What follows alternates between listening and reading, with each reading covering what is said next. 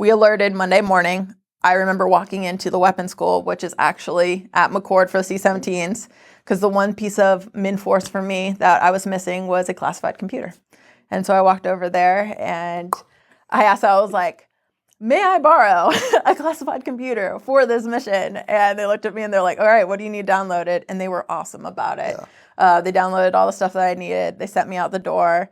And it was right there, like, it was family saying, all right, we got you. Anything you need, like, go out and conquer. I felt kind of bad too, because they're all like, do you need extra pilots? Can we go? Yeah, of course. Like, we want to go. And I was like, I would love you to come, but you also got students. Yeah. So it was really cool to have their support. And they kind of acted as Overwatch throughout the entirety of the operation, which was really cool.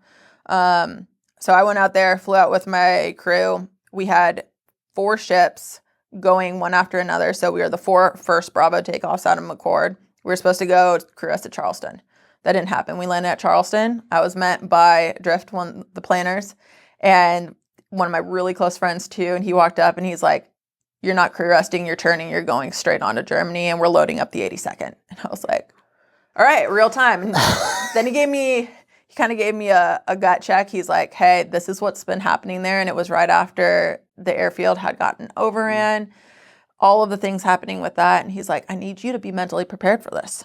And it was one patch talking to another, but also one friend talking to another. And I was like, I got you, dude.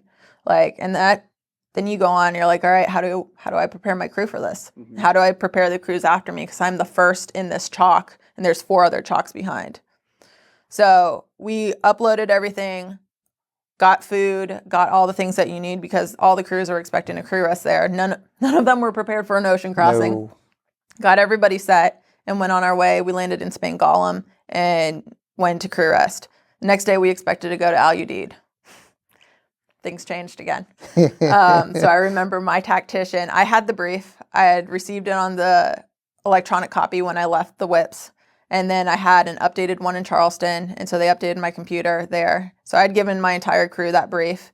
And then when I landed in Germany, the tactics officer there hadn't even given the brief yet. So I kind of walked him through the brief and we worked through it together so he would be prepared to give the rest of the crews the briefs, because they were going to start staging through there. So that was pretty surreal. We took off and we headed pretty much for Al Udeid, but knowing that we were going to go to Afghanistan that day.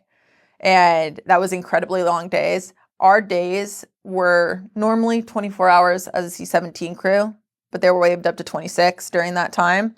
So we started, I think the first 4 to 5 days that we were going, which was only like 2 nights sleep, was 24 hours nonstop.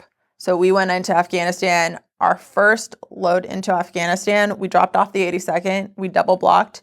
And this is where really the mental fortitude of what you're doing and what you expect come into play, because we expected to floor load. Like, we were ready.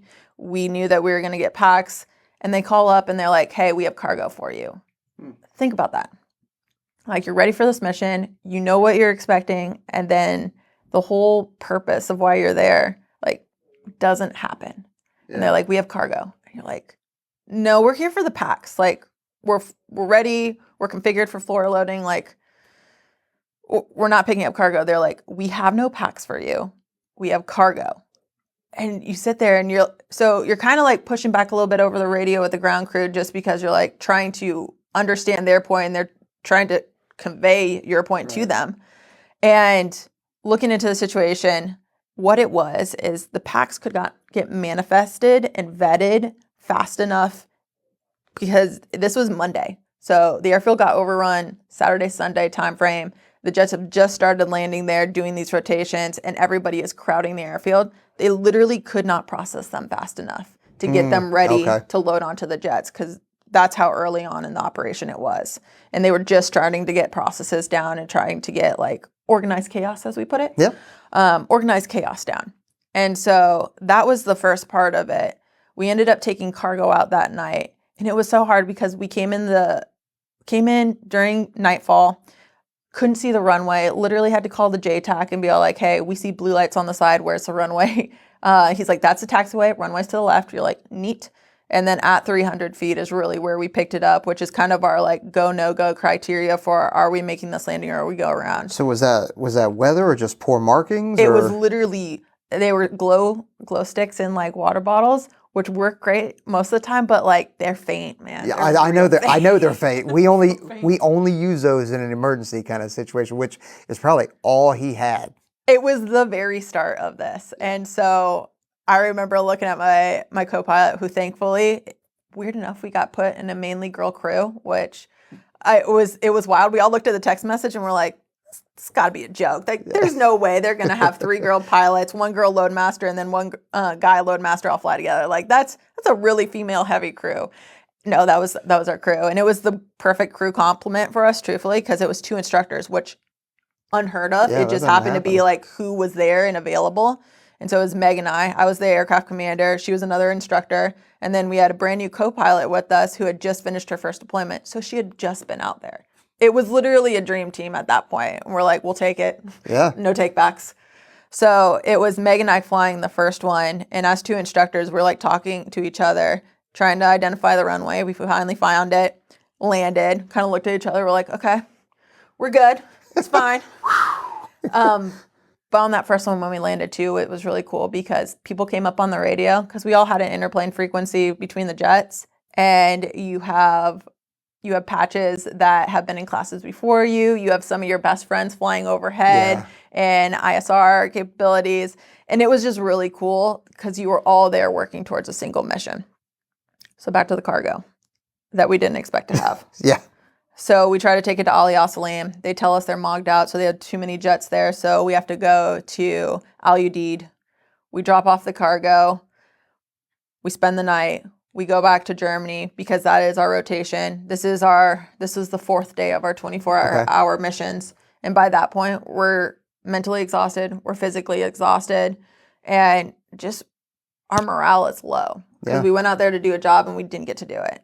And so I remember going into crew rest that night thinking, first we called safety of flight at Ramstein because we were supposed to go all the way back to Charleston that night. Our crew duty day was playing longer than it should have been. It was a 28-hour, which we're like, we can't make this. Like, literally can't make this.